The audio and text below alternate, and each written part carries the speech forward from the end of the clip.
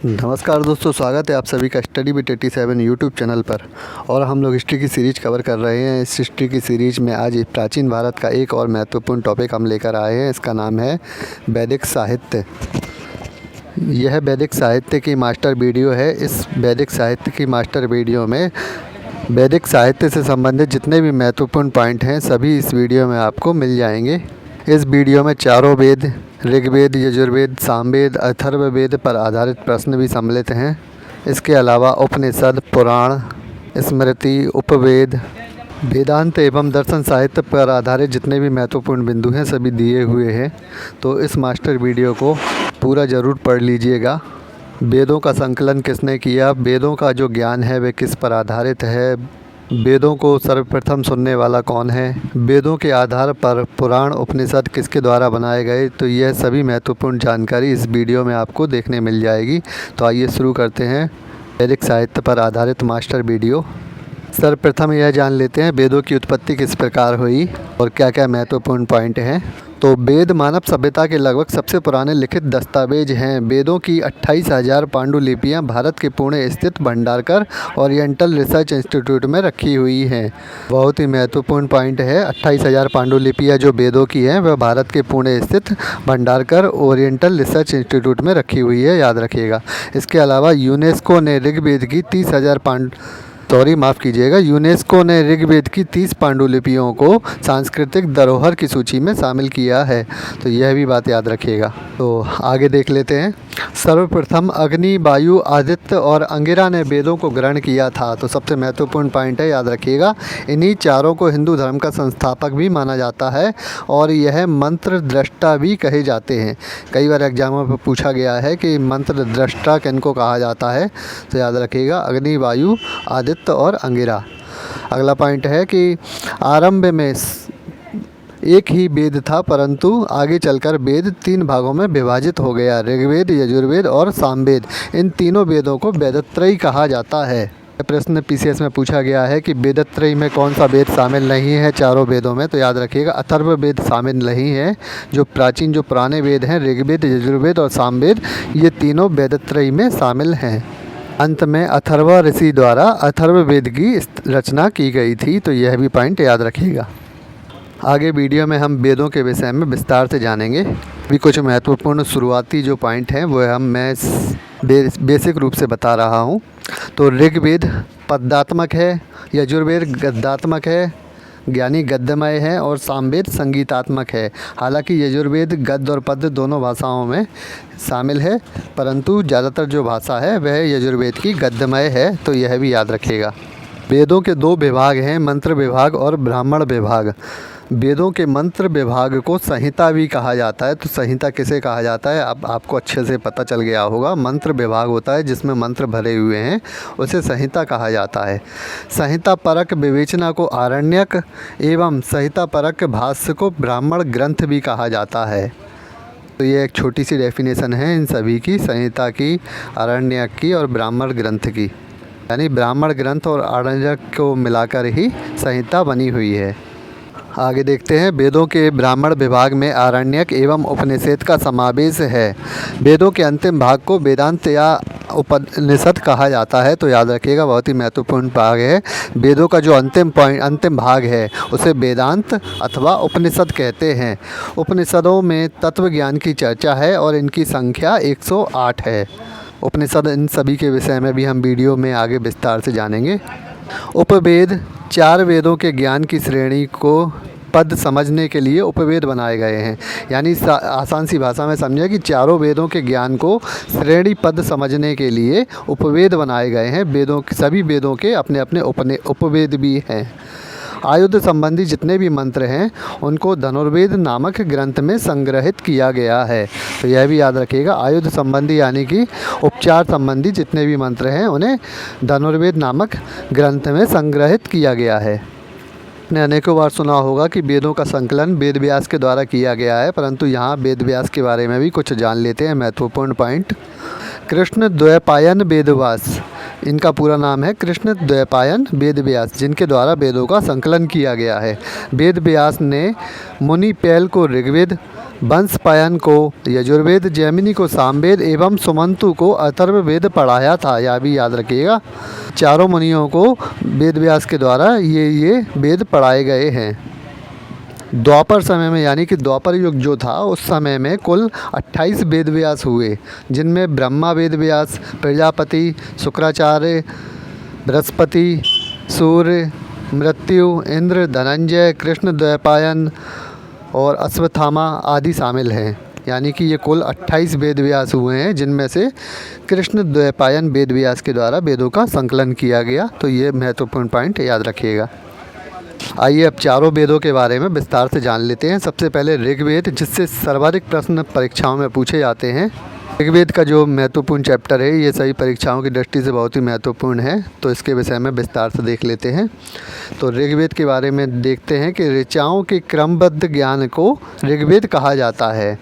इसमें 10 मंडल, 1028 सूक्ति और 10,462 ऋचाएँ हैं। तो इनकी संख्याएँ याद कर लीजिएगा। कई बार मंडल अलग पूछा जाता है, सूक्ति अलग पूछी जाती है और ऋचाओं के विषय में अलग पूछा जाता है। याद रखिएगा 10 मंडल, 1028 सूक्ति और 10,462 ऋचाएँ शामिल हैं। इसकी 5 शाखाएं हैं: साकल्प, बाष्कल, अश्वलायन, सांख्यायन और मंडूकायन। हालांकि इनके विषय में ज़्यादातर नहीं पूछा जाता, फिर भी आपको 5 शाखाओं के नाम याद होने चाहिए। ऋग्वेद के पढ़ने वाले पुरोहित को होत्र अथवा होता कहा जाता है। यह प्रश्न अनेकों बार पूछा गया है परीक्षाओं में, आगे भी पूछे जाने की संभावना है। तो याद रखिएगा कि ऋग्वेद के पाठकर्ता अथवा पुरोहित को होता या होत्र कहा जाता है। ऋग्वेद में भगवान इंद्र के लिए 250 एवं अग्नि के लिए 200 ऋचाओं की रचना है।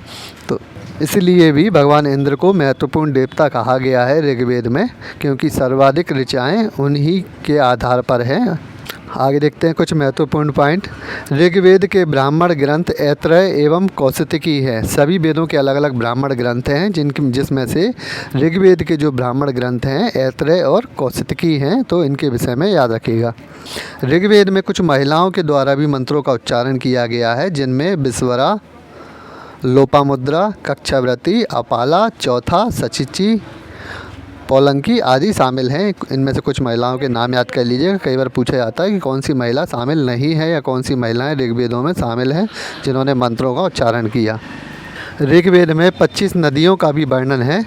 इस वेद में सिंधु नदी को सर्वाधिक वर्णित किया गया है, यानी कि सर्वाधिक वर्णन सिंधु नदी का है इस वेद में। और इसमें गंगा का 1 बार नाम उपयोग किया गया है, यमुना का 3 बार उपयोग किया हुआ है और सरस्वती नदी को ऋग्वेद में मातेतमा, देवीतमा और नदीतमा भी कहा गया है। बहुत ही महत्वपूर्ण पॉइंट है सरस्वती नदी के विषय में। ऋग्वेद में इसको मातेतमा, देवीतमा और नदीतमा कहा गया है, तो याद रखिएगा। एग्ज़ाम में यह प्रश्न पूछे जाने पर ज़्यादातर लोग गंगा को मातेतमा के रूप में ऑप्शन लगा आते हैं, जो कि गलत हो जाता है, जबकि सरस्वती नदी को मातेतमा, देवीतमा और नदीतमा कहा गया है। आगे देख लेते हैं। ऋग्वेद में कुल 10 मंडल हैं, जिनमें पहला और 10वां मंडल बाद में जोड़ा गया। तो इन 10 मंडल पर आधारित प्रश्न पूछे जाते हैं, तो याद रखिएगा। सबसे आखिर में पहला और 10वां मंडल जोड़ा गया है। 2 से 7 तक के मंडलों के समूह को वंश मंडल अथवा गोत्र मंडल भी कहा जाता है, क्योंकि एक ही वंश के लोगों यानी एक ही वंश के मुनियों के द्वारा इन सभी मंडलों की स्थापना की गई। तो बहुत ही महत्वपूर्ण पॉइंट है, याद रखिएगा कि 2 से 7 तक के सभी मंडलों को गोत्र मंडल या परिवारवाद मंडल या वंश मंडल भी कहा जाता है। तो यह नाम याद रखिएगा। इसके बाद ऋग्वेद का दूसरा मंडल जो है ऋषि गृत्समत पर आधारित है, यानी उनसे संबंधित है। हालांकि परीक्षाओं में दूसरे मंडल के विषय में नहीं पूछा जाता, परंतु फिर भी याद कर लीजिएगा कि ऋग्वेद का दूसरा मंडल ऋषि गृत्समत पर आधारित है या उनसे संबंधित है। सबसे महत्वपूर्ण मंडल है ऋग्वेद का तीसरा मंडल, जिसमें गायत्री मंत्र है, जो कि सावित्री को समर्पित है। याद रखिएगा, गायत्री मंत्र की रचना विश्वामित्र के द्वारा की गई है। अधिकांश बार परीक्षाओं में यह प्रश्न पूछा गया है कि गायत्री मंडल ऋग्वेद के किस मंडल से संबंधित है, यानी गायत्री मंत्र। तो याद रखिएगा तीसरे मंडल से। ऋग्वेद का चौथा मंडल ऋषि वामदेव से संबंधित है, जिसमें कृषि संबंधी उल्लेख शामिल हैं और इस मंडल में इंद्र को महत्वपूर्ण देवता बताया गया है। ऋग्वेद का 5वां मंडल ऋषि अत्रि से संबंधित है, जबकि छठा मंडल ऋषि भारद्वाज से संबंधित है। ऋग्वेद का 7वां मंडल ऋषि वशिष्ठ से संबंधित है, यह शिक्षा से संबंधित भी है। इस 7वें मंडल में 10 राजन युद्ध यानी कि 10 राग जो युद्ध था, जो रावी नदी के किनारे हुआ था, उस युद्ध का वर्णन भी ऋग्वेद के 7वें मंडल में है। तो बहुत ही महत्वपूर्ण पॉइंट हैं सारे, इनके विषय में याद कर लीजिए। आपको बता देता हूँ, अगर इस वैदिक साहित्य पर आधारित इस मास्टर वीडियो को आपने अगर याद कर लिया तो इसके अलावा कोई भी प्रश्न इस वीडियो के बाहर से नहीं आएगा। और वीडियो आगे बढ़ाने से पहले एक बात और भी कहना चाहूँगा, जिन लोगों ने अभी तक चैनल को सब्सक्राइब नहीं किया, वे इस प्रकार की वीडियो आगे पाने के लिए चैनल को सब्सक्राइब ज़रूर कर लें। चलिए देखते हैं अभी। ऋग्वेद का 8वां मंडल कण्व ऋषि तथा अंगिराज से संबंधित है। 9वें मंडल में देवता सोम का उल्लेख है, जो वनस्पति के देवता कहे जाते हैं। तो वनस्पति के देवता सोम का निवास मुजवंत पर्वत पर बताया गया है। एक बात आपको और भी बता दूं, यह जो मुजवंत पर्वत है हिमालय पर्वत का एक ऊंची चोटी है, जिस पर सोम देवता का निवास बताया गया है। आगे ऋग्वेद का 10वां मंडल वर्ण व्यवस्था पर आधारित है, जो 4 वर्णों के समाज का उल्लेख करता है, जिसमें ब्रह्मदेव के मुख को ब्राह्मण, भुजाओं को क्षत्रिय, जंघा को वैश्य एवं पैरों को शूद्र की उत्पत्ति से बताया गया है, कि इनसे दर्शाया गया है। एक बार दोबारा बोल देता हूँ कि ब्रह्मदेव के मुख, भुजाओं, जंघा एवं पैरों को क्रमशः ब्राह्मण, क्षत्रिय, वैश्य और शूद्र की उत्पत्ति बताया गया है। यानी कि ब्रह्मा जी के मुंह से ब्राह्मण की उत्पत्ति हुई है, भुजाओं से क्षत्रिय की उत्पत्ति हुई है, जंघा से वैश्य की उत्पत्ति हुई है और पैरों से शूद्र की उत्पत्ति हुई है। इस वजह से जातिगत भेदभाव भी माना जाता है, पिछले समय में, पुराने समय में माना जाता था। और इस मंडल में उर्वशी का संवाद भी दर्शाया गया है, तो 10वें मंडल में यह भी याद रखिएगा। ऋग्वेद में और भी कुछ महत्वपूर्ण पॉइंट हैं, जैसे ऋग्वेद में आर्यों का निवास स्थल के लिए सप्त सैंधव शब्द का प्रयोग किया गया था। यह प्रश्न पूछा गया है कि सप्त सैंधव शब्द का प्रयोग किसके लिए किया गया है, तो आर्यों के निवास स्थल के लिए किया गया है, याद रखिएगा। और आर्यों के 5 कबीले होने के कारण इन्हें पंचजन्य भी कहा गया है। बहुत ही महत्वपूर्ण दोनों पॉइंट हैं आर्यों के विषय में। ऋग्वेद में बहुदेववाद, एकेश्वरवाद और एकात्मकवाद का भी उल्लेख है। इस वेद में केवल हिमालय पर्वत का ही उल्लेख किया गया है, यानी कि हिमालय पर्वत तथा उसकी एक चोटी मुजवंत का उल्लेख किया गया है। अभी पीछे मैंने बताया था कि जो मुजवंत चोटी है, इसे वनस्पति के देवता सोम देवता का निवास स्थल बताया गया था। और आगे ऋग्वेद का उपवेद जो है उसे आयुर्वेद के नाम से जाना जाता है। आयुर्वेद के रचनाकार धन्वंतरी हैं, तो यह भी याद रखिएगा। लेकिन सुश्रुत ने आयुर्वेद को अथर्ववेद का उपवेद माना है, तो यह भी अलग बात है सुश्रुत की, जिसके विषय में भी याद रखिएगा। कई बार ऐसे भी प्रश्न पूछ लिया जाता है कि सुश्रुत के अनुसार आयुर्वेद को किस वेद का उपवेद माना जाता है, तो अथर्ववेद। लेकिन परंतु अगर डायरेक्ट पूछ लिया जाए तो आयुर्वेद का जो आपको रखना है, ऋग्वेद का उपवेद के रूप में रखना है। ऋग्वेद में गाय के लिए अहन्या शब्द का प्रयोग किया गया है, यह प्रश्न भी पूछा गया है। ऋग्वेद में ऐसी कन्याओं का भी उदाहरण मिलता है जो दीर्घ काल तक या तो फिर आजीवन अविवाहित रहती हैं, यानी कंवारी रहती हैं। इन्हें अमाजू शब्द की संज्ञा दी गई है, यानी इन्हें अमाजू कहा जाता था। ऋग्वेद में कृषि का उल्लेख 24 बार हुआ है, तो यह भी याद रखिएगा। इस वेद में सूर्या, उषा, अदिति जैसी देवियों का भी वर्णन है। ऋग्वेद की महत्वपूर्ण जानकारी मैंने दे दी है इस वीडियो में। अब इसके अलावा हम आगे यजुर्वेद के विषय में भी जान लेते हैं। यजुर्वेद एक ऐसा वेद है जो गद्य और पद्य दोनों में है। यजुर्वेद के पाठकर्ता को अजवर्यु कहा जाता है। इस वेद में 1975 मंत्र निहित हैं। यज्ञ में कहे जाने वाले गदात्मक मंत्र को यजुस कहा जाता है। तो ये बहुत ही महत्वपूर्ण पॉइंट है। पाठकर्ता तो सभी के याद कर लीजिए, जिनके जैसे कि यजुर्वेद के पुरोहित अथवा पाठकर्ता को अजवर्यु कहा जाता है। और ऋग्वेद के पाठकर्ता को मैंने बताया था आपको कि होत अथवा होता कहा जाता है। ये ज़रूर प्रश्न पूछे जाते हैं परीक्षाओं में। और इसके अलावा यजुर्वेद को 2 शाखाओं में बांटा गया है। दक्षिण भारत में कृष्ण यजुर्वेद और उत्तर भारत में शुक्ल यजुर्वेद। तो बहुत ही महत्वपूर्ण पॉइंट है। कौन बनेगा करोड़पति में एक प्रश्न पूछा गया था इस पर आधारित कि 2 भागों में 2 शाखाओं में कृष्ण और शुक्ल की 2 शाखाओं में किस वेद को बांटा गया है। तो याद रखिएगा यजुर्वेद है। यह परीक्षाओं में भी पूछा जा सकता है प्रश्न। आगे कुछ और भी महत्वपूर्ण बातें हैं यजुर्वेद के विषय में। यजुर्वेद के ब्राह्मण ग्रंथ तैत्तिरीय एवं शतपथ है। तो इनके विषय में भी याद रखिएगा ब्राह्मण ग्रंथों के विषय में। यजुर्वेद में प्रमुख यज्ञ एवं हवन के रूप में अश्वमेध यज्ञ, अग्निहोत्र, राजसूय, वाजपेय, अग्निचयन, सोम यज्ञ आदि शामिल हैं। इन सभी यज्ञों के विषय में आपने पढ़ा होगा इतिहासों में तरह तरह के यज्ञ किए गए हैं। तो इन सभी यज्ञों के जो मंत्र वगैरह हैं, इन यज्ञों का जो विवरण है वह यजुर्वेद में है। कृष्ण यजुर्वेद की संहिता मैत्रायणी तैत्तिरीय काटक है, जबकि शुक्ल यजुर्वेद की संहिता वाजसनेमी है। अच्छा, शुक्ल यजुर्वेद जो है वह उत्तर भारत में है और दक्षिण भारत में कृष्ण यजुर्वेद के रूप में इनको जाना जाता है। यह भी याद रखिएगा। इसके अलावा यजुर्वेद का उपवेद जो है वह धनुर्वेद है। देखिए, चारों वेदों के आपको उपवेद, ब्राह्मण ग्रंथ और पाठकर्ता यानी पुरोहित, इनके विषय में तो ज़रूर याद रखना है। इन पर प्रश्न अनेकों परीक्षाओं में पूछा गया है। चलिए देखते हैं आगे। अब सामवेद के विषय में भी महत्वपूर्ण पॉइंट्स के रूप में जान लेते हैं कि सामवेद गाई जा सकने वाली ऋचाओं का संकलन है। इस वेद को संगीत का जनक भी माना जाता है। तो बहुत ही महत्वपूर्ण पॉइंट है, कईयों बार पूछा गया है, आगे भी पूछे जाने की संभावना है कि संगीत का जनक किस वेद को माना गया है। तो याद रखिएगा सामवेद को संगीत का जनक माना गया है। इसके पाठकर्ता अथवा पुरोहित को उद्गाता कहते हैं। सामवेद वेदों के आकार की दृष्टि में सबसे छोटा वेद है। तो यह भी याद रखिएगा। सामवेद के विषय में आगे कुछ और महत्वपूर्ण पॉइंट हैं, तो याद देख लेते हैं।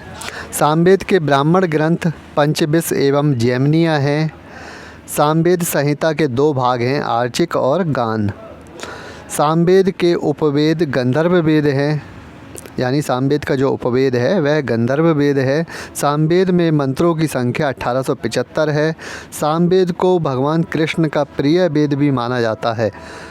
तो ये सभी महत्वपूर्ण पॉइंट हैं सामवेद के विषय में जो आपने कवर किए। चलिए आखिरी वेद अथर्ववेद के विषय में भी आगे जान लेते हैं। अथर्ववेद में रोग निवारण, स्तुति, तंत्र, मंत्र, जादू टोना, वशीकरण, बीमारी, विज्ञान, औषधि, अनुसंधान, प्रेम, विवाह आदि विषयों पर से संबंधित विचार, विश्वास और अंधविश्वास का वर्णन है। यानी जितनी भी प्रथाएं हैं इन पर आधारित, उन सभी में जो लोग विश्वास करते हैं या अंधविश्वास हैं या उनसे संबंधित विचार हैं, उन सभी का वर्णन अथर्ववेद में है। तो बार यह प्रश्न पूछा गया है कि जादू टोने का संबंध किस वेद से है। तो बिल्कुल याद रखिएगा अथर्ववेद से इसका संबंध है। और अथर्ववेद में सभा एवं समिति को प्रजापति की 2 पुत्रियां कहा गया है। पीसीएस में पूछा गया प्रश्न है कि अथर्ववेद के अंतर्गत प्रजापति की 2 पुत्रियां किसे कहा गया है। तो सभा एवं समितियों को 2 पुत्रियां कहा गया है। सबसे अंतिम वेद अथर्ववेद को ही कहा जाता है। इसके पाठकर्ता को ब्रह्मा कहते हैं, इस वजह से कई लोग इसे ब्रह्मा वेद भी कहते हैं। तो यह भी याद रखिएगा। देखिए, वीडियो में पॉइंट्स को मैं जल्दी इसलिए बता रहा हूँ ताकि वीडियो ज़्यादा समय की ना हो जाए, कम समय में ही ज़्यादा जानकारी आप तक पहुँच सके।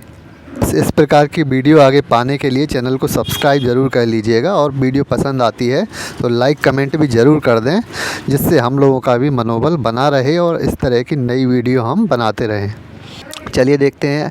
अथर्ववेद में 5987 मंत्र हैं, 6000 ऋचाएँ हैं और 20 कांड का वर्णन है। इसकी ऋचाओं के रचयिता अथर्वा ऋषि हैं, जो पिछले जन्म में असुर हरिण्य थे। ऐसा माना जाता है कि ब्रह्मा जी की निद्रा के समय मुख से निकलकर इसने वेदों का पान किया था। यह कथा शायद आपने सुनी भी होगी कि ब्रह्मा जी जब नींद में होते हैं तो उनके मुख से जब खर्राटे जैसे जो निकलती हैं, जो आवाज़ें निकलती हैं, उनसे इस राक्षस का जन्म हुआ था। और शंकर जी ने इनको वरदान दिया था इस राक्षस को। तब ये अगले जन्म में अथर्वा ऋषि के रूप में इन्होंने जन्म लिया और इन्होंने अथर्ववेद की रचना की। हालांकि वेदों का पान इनको पहले ही हो चुका था। तो अथर्ववेद का ब्राह्मण ग्रंथ गौपथ है, जबकि उपवेद शिल्पवेद है। तो यह सभी महत्वपूर्ण पॉइंट थे अथर्ववेद के विषय में। आगे हम उपनिषद के बारे में भी जान लेते हैं। पहले भी बता चुका हूँ कि उपनिषद की जो संख्या है 108 हैं और उपनिषद के रहस्य आत्मक ज्ञान को किस्से एवं संवाद के रूप में दर्शाया गया है। तो इन पर आधारित प्रश्न पूछे जाते हैं, कौन कौन से संवाद हैं, कौन कौन से महत्वपूर्ण उपनिषद हैं। तो देख लेते हैं। कठोपनिषद बहुत ही बार पूछा गया प्रश्न है कि यम और नचिकेता का संवाद किस उपनिषद पर आधारित है। तो कठोपनिषद में आधारित है यम और नचिकेता का संवाद। इसके अलावा बृहदारण्यक उपनिषद है, याज्ञवल्क्य और गार्गी संवाद पर आधारित है। मुंडको उपनिषद से सत्यमेव जयते लिया गया है। यह प्रश्न भी बहुत बार पूछा गया है। और एक उपनिषद है छांदोग्य उपनिषद। भगवान कृष्ण का पहला उल्लेख इसी उपनिषद में मिलता है। इसमें भगवान कृष्ण एवं देवकी के पुत्र को ऋषि अंगिरास का शिष्य बताया गया था। और इसके अलावा एक महत्वपूर्ण उपनिषद और भी है, ऐतरेय उपनिषद, जो बौद्ध धर्म का अष्टांगिक मार्ग से संबंधित है। यानी कि बौद्ध धर्म का अष्टांगिक मार्ग किस उपनिषद में है, तो याद रखिएगा ऐतरेय उपनिषद में। इसके बाद हम अब पुराणों के विषय में भी जान लेते हैं। पुराणों की कुल संख्या 18 है। पुराणों की रचना ऋषि लोमहर्ष और उनके पुत्र उग्रश्रवा ने की थी। मत्स्य पुराण को सर्वाधिक प्राचीन पुराण माना जाता है। इसमें सातवाहन वंश, याद रखिएगा सबसे महत्वपूर्ण पॉइंट है पुराणों के विषय में कि मत्स्य पुराण को सर्वाधिक प्राचीन पुराण माना जाता है। और विष्णु पुराण भी याद कर लीजिएगा कि विष्णु पुराण से मौर्य शासकों की जानकारी मिलती है। वायु पुराण से गुप्त वंश के शासकों की जानकारी मिलती है। इसके अलावा मार्कंडेय पुराण से दुर्गा सप्तशती की जानकारी मिलती है। तो यह प्रश्न इन पर ही पूछे जाते हैं। सभी महत्वपूर्ण पॉइंट को मैंने आपके सामने रख दिया है, इन्हें ज़रूर याद कर लीजिएगा। लोग अक्सर क्या करते हैं, केवल चारों वेदों से संबंधित ही जानकारी जुटा लेते हैं। इसके अलावा उपनिषद पुराण से कई बार प्रश्न आ जाता है तो नहीं कर पाते। कुछ स्मृति के विषय में भी जान लेते हैं। कुछ स्मृतियां हैं जिनमें जैसे कि स्मृतियों को काव्य शास्त्र भी कहा जाता है, यानी काव्य शास्त्र भी कहा जाता है स्मृतियों को। तो याद रखिएगा सबसे प्राचीन स्मृति मनुस्मृति है। मनुस्मृति के बारे में पूछा जाता है तो इसकी रचना शुंग वंश एवं सातवाहन वंश के समय में हुई है। यही प्रश्न पूछा जाता है कि मनुस्मृति किस वंश के समय में इसकी रचना हुई है। तो शुंग वंश या सातवाहन वंश में कोई भी ऑप्शन में दिया हो आपको लगा देना है। मनुस्मृति का सरलीकरण अथवा टीकाकरण भरूची, कुलक भट्ट एवं मेधातिथि ने किया है। तो ज़्यादातर ऑप्शन में भरूची दिया होता है, तो याद रखिएगा इन तीनों के विषय में याद कर लीजिएगा। इसके अलावा याज्ञवल्क्य स्मृति का भी सरलीकरण विज्ञानेश्वर विश्वरूप एवं अपरार्क ने की है। याज्ञवल्क्य स्मृति का जो टीकाकरण या सरलीकरण कह सकते हैं विज्ञानेश्वर विश्वरूप एवं अपरार्क ने की है या किया है। कुछ महत्वपूर्ण दर्शन साहित्य भी हैं, इनके विषय में भी देख लेते हैं। वेद एवं उपनिषद को पढ़कर ही 6 ऋषियों ने अपना दर्शन लिखा है। सबसे प्राचीन दर्शन न्याय दर्शन को माना जाता है। तो न्याय दर्शन किसके द्वारा लिखा गया है, याद रखिएगा अक्षयपाद गौतम ऋषि के द्वारा न्याय दर्शन लिखा गया है। वैशेषिक दर्शन कणाद ऋषि ने लिखा है। इसे औलुक्य दर्शन भी कहा जाता है। के ऊपर एक अच्छी स्टोरी है। औलुक्य दर्शन इसे क्यों कहा जाता है, क्योंकि जो कणाद ऋषि है उन्होंने जब वेदों का अध्ययन किया और इस दर्शन को लिखा तो यह केवल उन्होंने रात को किया, यानी कि दिन में वह सोते थे और रात में इस दर्शन को लिखते थे। और ऐसा उल्लू प्राणी के द्वारा किया जाता है, वह रात में जागता है, दिन में सोता है। तो इस वजह से इसे औलुक्य दर्शन भी कहते हैं। इसके विषय में और भी अच्छी बातें हैं, परंतु फिर किसी वीडियो में आपको विस्तार से बताएंगे। अभी आगे देख लेते हैं सांख्य दर्शन के विषय में। सांख्य दर्शन कपिल मुनि के द्वारा लिखा गया है। योग दर्शन पतंजलि के द्वारा लिखा गया है। मीमांसा जैमिनी के द्वारा लिखा गया है। वेदांत दर्शन बादरायण के द्वारा लिखा गया है। और मीमांसा को 2 भागों में भी बांटा गया है, उत्तर मीमांसा और दक्षिण मीमांसा। उत्तर मीमांसा के लिए जैमिनी को ही आपको याद रखना है। कुछ आगे वेदांत के बारे में भी जान लेते हैं। वेदांत ज्ञान योग का एक स्रोत है। इसका मुख्य स्रोत उपनिषद है। तो उपनिषद के द्वारा ही वेदांत ज्ञान योग का यानी उसको लिखा गया है। वेदांत की 3 शाखाएं हैं। सबसे ज़्यादा इन 3 शाखाओं के बारे में भी जाना जाता है। जो इस प्रकार हैं: अद्वैत वेदांत, विशिष्ट अद्वैत और द्वैत वेदांत शाखा। ये 3 महत्वपूर्ण शाखाएं हैं। तो इनके प्रवर्तक कौन कौन रहे हैं यह भी देख लेते हैं। अद्वैत वेदांत जिसके प्रवर्तक आदि शंकराचार्य रहे हैं, विशिष्ट अद्वैत वेदांत जिसके प्रवर्तक रामानुज थे, और द्वैत वेदांत शाखा जिसके प्रवर्तक माधवाचार्य थे। इन पर प्रश्न ऐसे ही पूछा जाता है कि अद्वैत वेदांत के प्रवर्तक कौन थे, तो इस प्रकार आपको आंसर देना है शंकराचार्य। आगे देख लेते हैं। इसके अलावा अन्य शाखाएं भास्कर, वल्लभ, चैतन्य, निम्बार्क आदि प्रवर्तकों के नाम पर भी जानी जाती हैं। इन्हें आधुनिक शाखाएं भी कहा गया है। परीक्षाओं की दृष्टि से कुछ महत्वपूर्ण पॉइंट्स और भी हैं, इनके विषय में भी जान लेते हैं। ऐत्रेय ब्राह्मण ग्रंथ में पुत्री को समस्त दुखों का कारण माना गया है। तो किसको समस्त दुखों का कारण माना गया है? पुत्री को। किसके अनुसार? ऐत्रेय ब्राह्मण ग्रंथ के अनुसार। शतपथ ब्राह्मण ग्रंथ में स्त्री को अर्धांगी कहा गया है एवं पत्नी को घर के समान बताया गया है। इसके अलावा मैत्रायणी में स्त्री को यानी स्त्री की जो तुलना है वह पासा एवं सुरा से की गई है, यानी कि शराब एवं जुए से स्त्री की तुलना की गई है मैत्रायणी में। पुत्री को दुहिता कहा गया है, गाय को अघन्या कहा गया है, राजा को गोपति, धनी व्यक्ति को गोमद एवं संध्या के समय को गोधुली भी कहा गया है। तो वैदिक साहित्य से संबंधित ये कुछ और महत्वपूर्ण पॉइंट थे जो परीक्षाओं में पूछे जाते हैं, तो इन सभी के विषय में याद कर लीजिएगा। तो इसी के साथ इस मास्टर वीडियो को हम यहीं समाप्त करते हैं। इस प्रकार की वीडियो आगे पाने के लिए चैनल को सब्सक्राइब ज़रूर कर लें और वीडियो पसंद आती है तो लाइक कमेंट ज़रूर करें। धन्यवाद।